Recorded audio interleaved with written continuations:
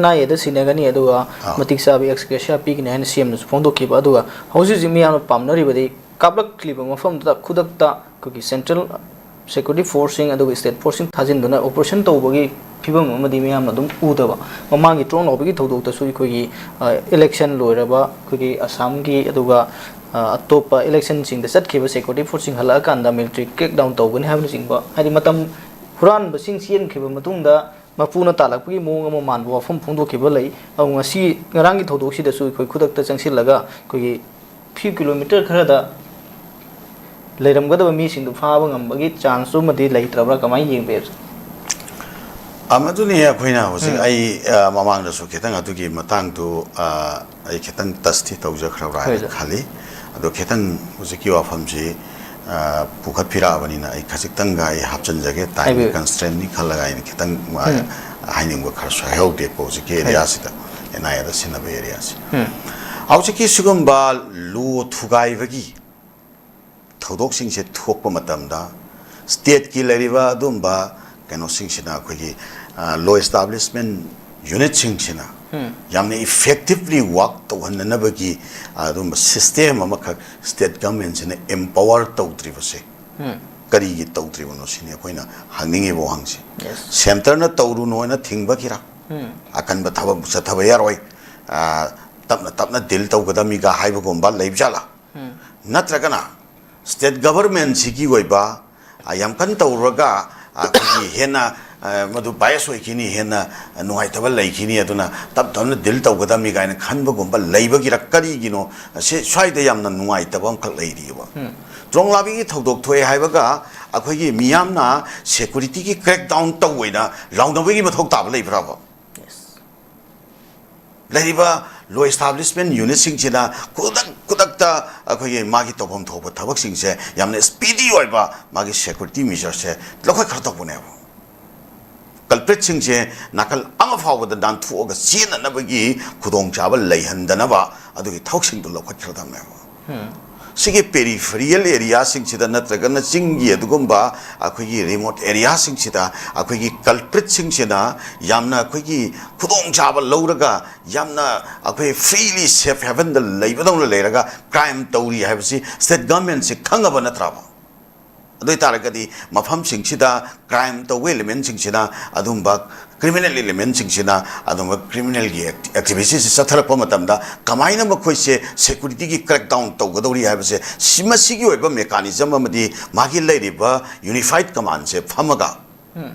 masigi kano sidi haujuk phawwa lengak sina masi ya thukpa ngamdribra fajana madugi plan tawba ngamdribra madugi readiness leitribra natraga readiness leiraga kanagomba kharadagi green signal piraktadana ngai leirichala kari no lengak sina tawrisi papet oina phamibra mapan leiriba adugomba kano singsigi yathang ngairaga tawrichala natraga magi garamba wakhal leibadagi asugomba security gi chapchaba thawk singje paikhatribno haibase miyamchi yamna chawba kano laeba pendabam ana hojiki sirasu enaya da sinani express pigani haibadura ba solution se miyamna pami sa tu na teba mara leiba culprit sing do fa baneba adu mara leiba crime toraka da mara leiba culprit sing do fa na bagi lampi da akhoi khomang chawsel le haibado khomang chawsel na thabak tawi haibado adu ne ba miyamna uningi se express pirani enaya sina kre do na teba se state leng aksida masi fazana khangdo buneba madu khangda ba taragadi Stelemagne madugi posing se madu phajana miyamgi pulse miyam benda base mase khangbi da bataragadi miyam jidi yaroi wa nong magi akhoi pauna namma tham yaroi ba so crime sing se thola kanda state killer ba law establishment unit sing se na tawgado ne natragadi akhoi gi lambi chakya ha ba sibu kanglupa madagi aya ba ngai da chatoi ra ba yes lambi chatpada disturb tawri ba mising dugi batakta legal action lokhat pa ngamtri se kari kino ba even kuki jogi so adumba kano da su tawna bu matab da su tawri kangbu dona so hai khreba lambi chatpada moi gi waina di thingdre thingi ba sing do ain gi matungina thok taw jagadam ne hai khreba hausik se serisida kuki sing chennai natraga chenate have se su da leriba kangbu sing du mathakta moi responsibility fixed tawna investigation moi mathakta responsibility fixed tawna ꯃꯣꯏ ꯆꯦꯟꯅꯗꯦ ꯍꯥꯏꯔꯒꯗꯤ ꯃꯈꯣꯏꯁꯤꯡꯗꯨꯅ ꯗꯥꯏꯇ ꯂꯧꯍꯟꯕ ꯌꯥꯏꯅ ꯀꯅꯥꯅꯣ ꯁꯤꯁꯤ authority ꯇꯧꯔꯤꯕ ꯀꯩꯅꯣꯁꯦ ꯀꯅꯥ ꯃꯥꯒꯤ ꯂꯩꯔꯤꯕ ꯑꯩꯈꯣꯏꯒꯤ ꯏꯟꯇꯦꯂꯤꯖꯦꯟꯁ ꯅꯦꯠꯋꯥꯔꯛꯁꯤꯅ ꯀꯗꯥꯏ ꯆꯠꯈ꯭ꯔꯕ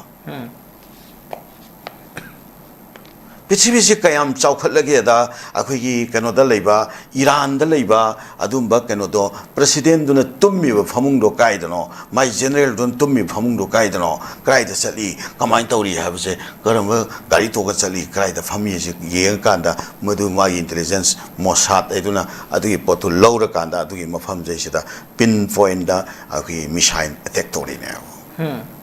ꯑꯗꯨꯒ ꯃꯥꯒꯤ ꯇꯥꯔꯒꯦꯠꯇꯨ ꯑꯗꯨꯁꯨ ꯀꯤꯂꯣꯃꯤꯇꯔ 1,700-1,900 ꯂꯥꯞꯄ ꯃꯐꯝꯗꯒꯤ 2,000 ꯂꯥꯞꯄ ꯃꯐꯝꯗꯒꯤ ꯇꯥꯔꯒꯦꯠ ꯇꯧꯔꯒ ꯑꯗꯨ ꯊꯣꯝꯃꯤꯕꯅꯦꯕ ꯅꯠꯇ꯭ꯔꯣ ꯑꯗ ꯑꯩꯈꯣꯏ ꯁꯤꯗꯩꯁꯤꯗ ꯑꯩꯈꯣꯏꯒꯤ ꯀꯛꯆꯦꯡ ꯆꯠꯄ ꯐꯥꯎ ꯃꯣꯅꯤꯇꯔ ꯇꯧꯕ ꯌꯥꯏ ꯍꯥꯏꯕꯅꯤꯗ ꯑꯩꯈꯣꯏ ꯏꯟꯗꯤꯌꯥꯒꯤ ꯏꯟꯇꯦꯂꯤꯖꯦꯟꯁꯁꯤꯁꯨ ꯌꯥꯝꯅ ꯁꯣꯟꯕ ꯅꯠꯇꯦꯕ ꯁꯦꯇꯦꯂꯥꯏꯠ ꯁꯄꯣꯔꯠ ꯁꯤꯁꯇꯦꯝꯁꯨ ꯂꯩꯔꯤꯕꯅꯦꯕ ꯏꯟꯗꯤꯌꯥꯒꯤꯁꯨ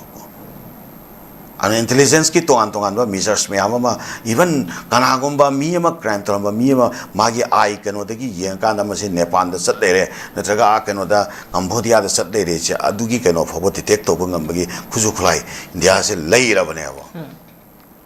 ꯁꯤꯗꯩꯁꯤꯗ ꯌꯥꯝꯅ ꯑꯩꯈꯣꯏꯒꯤ ꯀꯩꯅꯣ